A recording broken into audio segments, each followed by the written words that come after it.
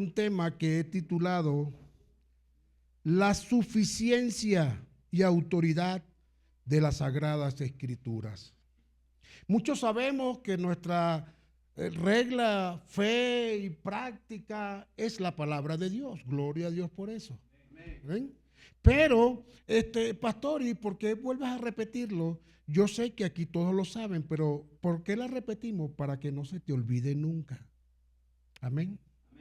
Mira, mis queridos hermanos, el propósito de esta enseñanza es que el creyente fiel debe cimentar su vida firmemente en la palabra de Dios, porque ella contiene, mis queridos hermanos, todo lo necesario para transformar su carácter y capacitarlo para el servicio de Dios. Amén.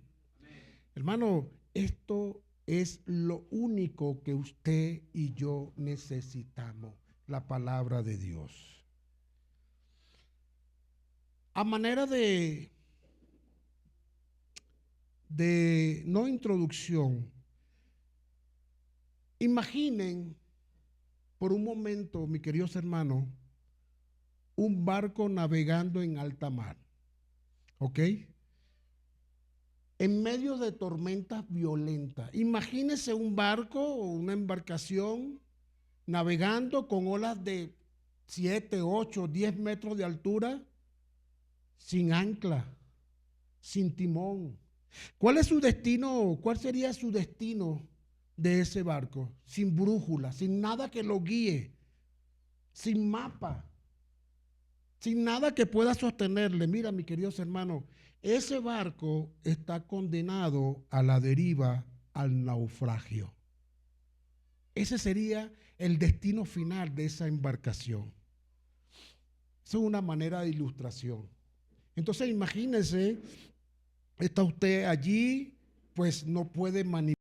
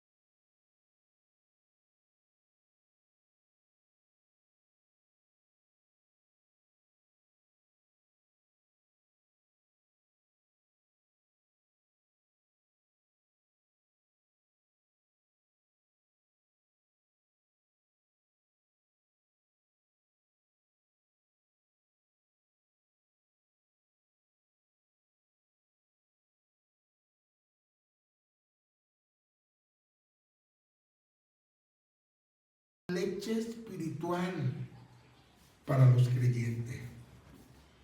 En esta lección, mis queridos hermanos, analizaremos y cómo su diseño divino trabaja en el corazón de cada uno de nosotros los creyentes. Mira, hubo un cristiano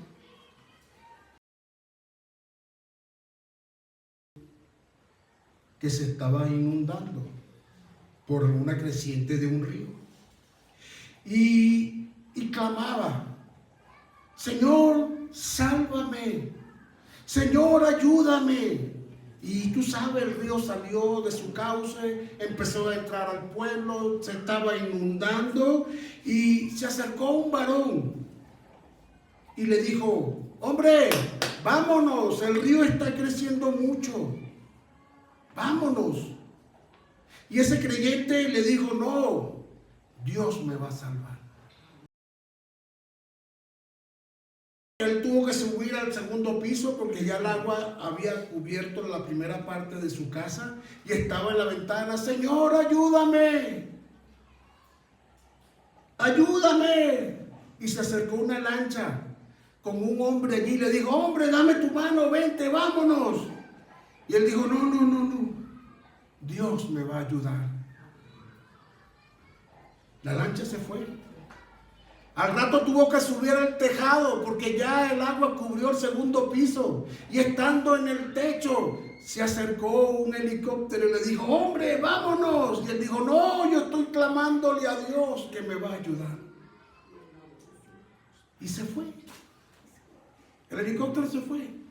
Llegó un momento que el agua cubrió y murió.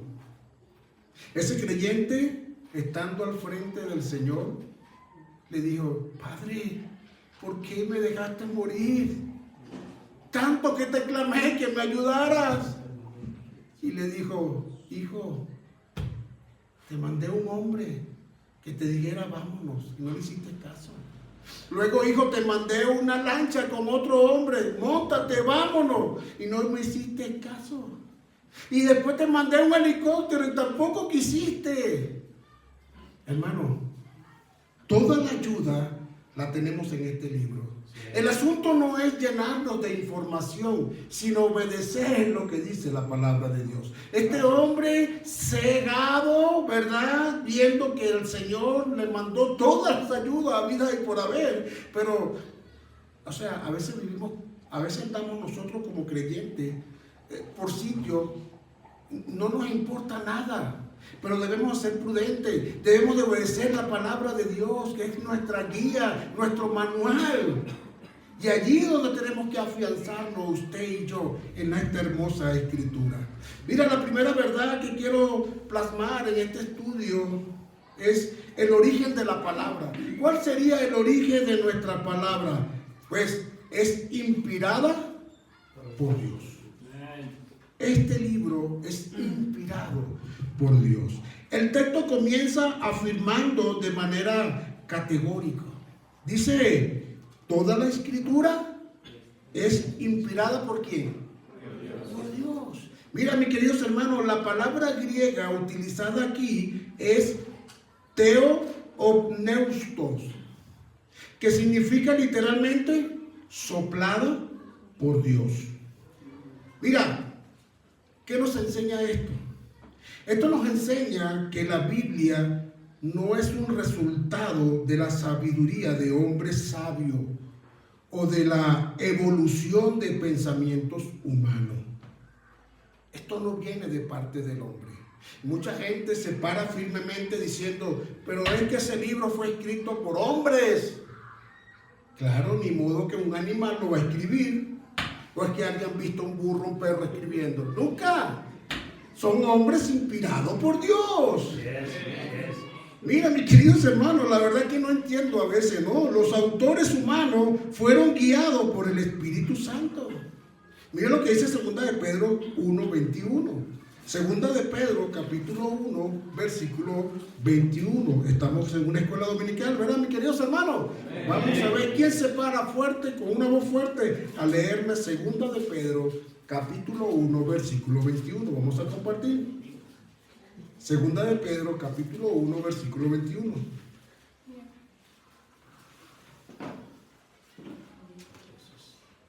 Porque nunca la profecía fue traída por voluntad humana, sino que los santos hombres de Dios hablaron siendo inspirados por el Espíritu Santo. Ahí está, mi hermano.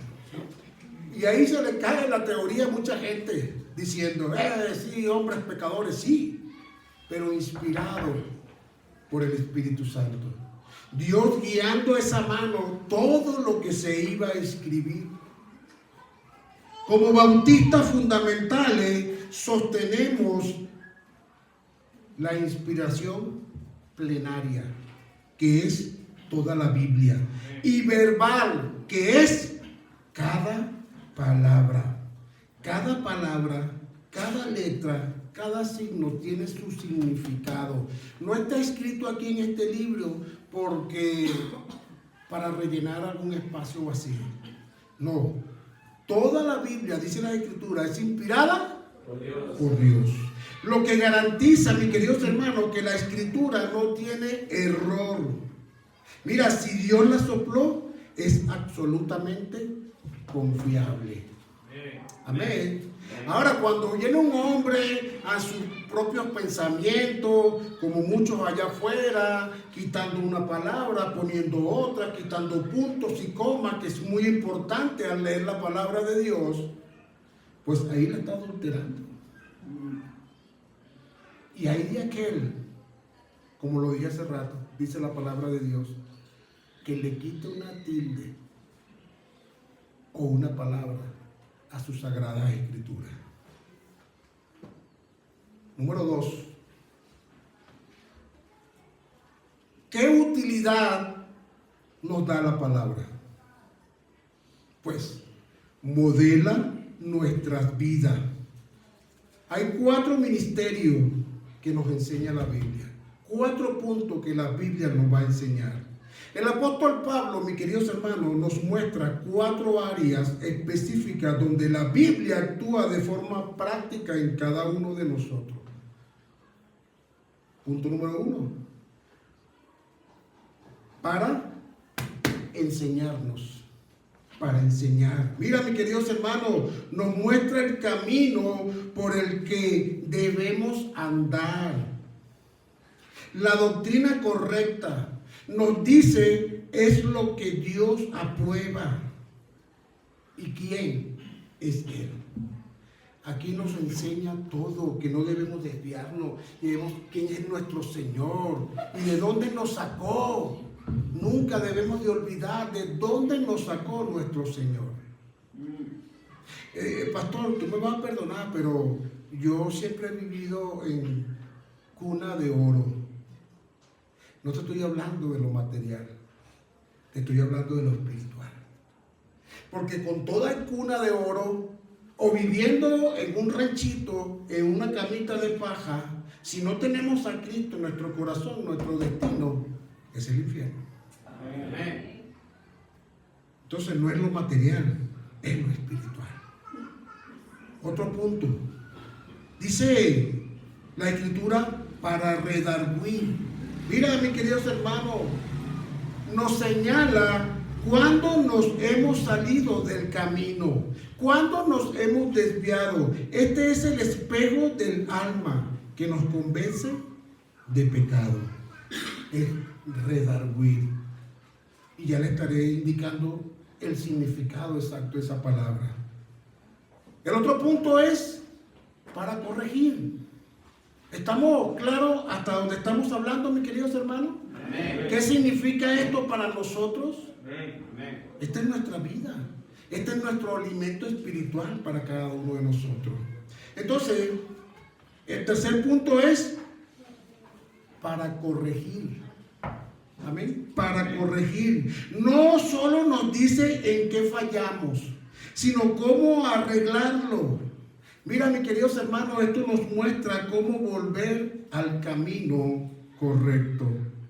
Cuando tú veas a un hermano que se desvía por X circunstancia, que se enfría, la única manera de hacer entrar en razón a ese hermano, la única manera de decirle, hermano, vuelve a las sendas antiguas, vuelve a tu primer amor, es por medio de las Escrituras. Hey, hermano, ven. Mira lo que dice la palabra. No dejes de congregarnos como muchos tienen por costumbre. Mira, el Señor nos demanda que debemos de estar juntos, amándonos unos a otros, orando. Mira, la Biblia nos enseña todo eso, mis queridos hermanos. Y el cuarto punto es para instruir en justicia. Mira, hermano, nos entrena día a día para mantenernos caminando rectamente. Eso hace la palabra de Dios. Hermano, es la disciplina diaria de la santidad. El temor a Jehová es por medio de la sabiduría que tú tengas de este hermoso libro que es la palabra de Dios. Porque si no conocemos estas escrituras, ¿qué vamos a temer? Pero aquí tenemos esta gran enseñanza para respetar, glorificar, honrar a nuestro Dios. El hombre natural ni le importa, porque no sabe lo que dice este precioso libro. Por eso que debemos de leerlo constantemente. Mira, mis queridos hermanos, no deje que este libro quede en la casa a partir de cierta hora después del fin de semana o comenzando la semana, porque hoy está comenzando la semana, el primer día del Señor, es día del Señor. Y entonces, pero a veces dejamos la Biblia y ya, sino hasta el próximo miércoles o jueves cuando tenemos servicio. Nos olvidamos de ella. Y mira, aunque sea, debemos de leerla, aunque sea media hora al día. Tener constante comunicación. ¿Cómo nos vamos a preparar? ¿Cómo nos vamos a cuidar del enemigo si no tenemos las herramientas que aquí dice? El enemigo siempre va a estar allí como león rugiente, buscando a quién devorar. Y mira, hermano, no está jugando. El diablo no está jugando. Si nosotros no nos cuidamos en la lectura diaria, estamos vulnerables a cualquier ataque del enemigo. Número 3, el propósito de la palabra. ¿Cuál será ese propósito de la palabra? Mira, dice perfeccionar al creyente. Perfeccionarnos a todos nosotros como creyentes. El versículo 17 nos da el blanco final. Dice, a fin de que el hombre de Dios sea perfecto, enteramente preparado para toda buena obra.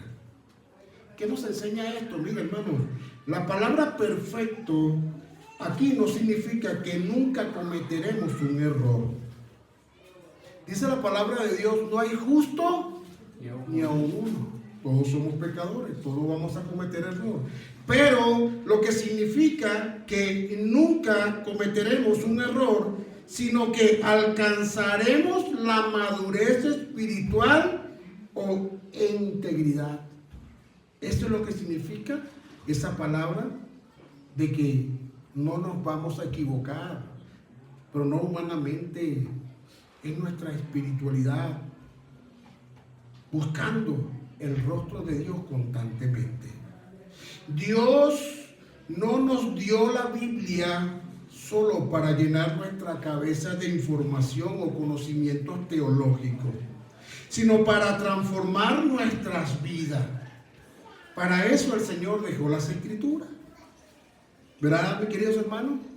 ¿Estamos bien hasta ese punto? Mira, nos capacita y nos equipa con las herramientas necesarias para servir a la iglesia y testificar eficazmente al mundo, llevando al mundo y cumpliendo la gran comisión. No solamente llegamos a la iglesia, nos sentamos, recibimos enseñanza de los hermanos, de los pastores que se paran acá. No solamente es guardarnos y llenarnos, y cuando alguien nos pregunta esto es esto y esto es aquello. ¿Estás obedeciendo lo que dice la palabra de Dios? Con esto concluyo este pequeño estudio. Mira, mis queridos hermanos, la palabra de Dios tiene el poder y la autoridad para dirigir cada aspecto de nuestras vidas. La pregunta es la siguiente en esta mañana, en esta escuela dominical. ¿Cuál es la pregunta? ¿Le estamos permitiendo que haga su trabajo en nuestras vidas? La otra pregunta sería, ¿pasamos tiempo leyéndola, meditándola y sobre todo obedeciéndola? Tenemos que estar atentos, mis queridos hermanos, de que si nosotros apartamos este libro de nuestras vidas, ya lo dije, estamos vulnerables a los ataques del enemigo. No permitamos que nuestra Biblia se llene de polvo durante la semana. No permita eso, hermano. Llévese su Biblia hasta para su trabajo. Ah, evangélico. Eso es fanatismo. Bien fanático que eres. Hasta para el trabajo te traes esa Biblia. Con mucho respeto lo voy a decir. A veces ni dormimos cuando nuestro equipo favorito va a jugar un campeonato. ¿Cómo le llamamos a eso? Fanatismo. Yo prefiero ser fanático de la palabra de Dios, que me va a dar un buen resultado. No estoy diciendo que el deporte sea malo. Yo hago deporte de vez en cuando, no cada rato, pero sí hago, me gusta el deporte. Pero mira, hermano, no pongo eso primero que a Dios. Dios es primero en nuestras vidas. Mira, recuerda las grandes bendiciones que tú tendrás a medida que vas teniendo conocimiento y obedeciendo lo que este precioso libro nos dice a cada uno de nosotros. Volvamos a la senda antigua, volvamos a ese primer amor. ¿Te acuerdas, hermano, cuando recibiste a Cristo por primera vez y que agarrabas esa Biblia y te la querías comer viva, leerla 2 o 3 veces al año? Pero llega el momento que de repente, y yo me incluyo, hermano, porque somos humanos, somos pecadores, nadie es perfecto en este mundo. Pero ¿dónde está la perfección? En la palabra de Dios. No la abandones, mis queridos hermanos. Mantente firme leyendo tu palabra, la doctrina, y edifiquemos nuestra casa sobre la roca. La roca que es Cristo Jesús. 4 puntos, mis queridos hermanos, para enseñar, para redarguir. ¿Qué significa en la Biblia? ¿Qué significa en la Biblia redarguir? Significa convencer de culpa o reprender con el propósito de corregir un error. Es confrontar a alguien con la verdad divina para no avergonzarlo. No es avergonzarlo, sino para guiarlo al arrepentimiento y restaurarlo, mis queridos hermanos, y encaminarlo hacia una vida recta. Eso es redarguir. Luego viene corregir. Y el otro punto era instruir. Mira, mis queridos hermanos, que Dios nos ayude a no separarnos nunca de la palabra de Dios. Mantenernos firmes. Es nuestra única regla de fe y práctica para nosotros los creyentes. Y más para un bautista fundamental, mis queridos hermanos. Amén. Amén. Vamos a orar. Señor y mi Dios, gracias Todopoderoso, te damos infinitas gracias en esta mañana por el regalo inmerecido de tu santa palabra y de tu salvación. Gracias porque en este hermoso libro